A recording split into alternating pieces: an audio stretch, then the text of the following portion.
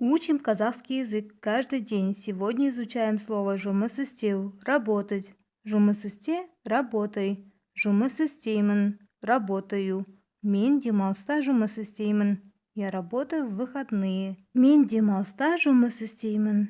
Жұмыс істемеймін. Не работаю. Мен тегін жұмыс істемеймін. Я не работаю бесплатно. Мен тегін жұмыс істемеймін. Мен осы жерде 5 жыл жұмыс істедім. Я проработал здесь 5 лет. Мен осы жерде 5 жыл жұмыс істедім.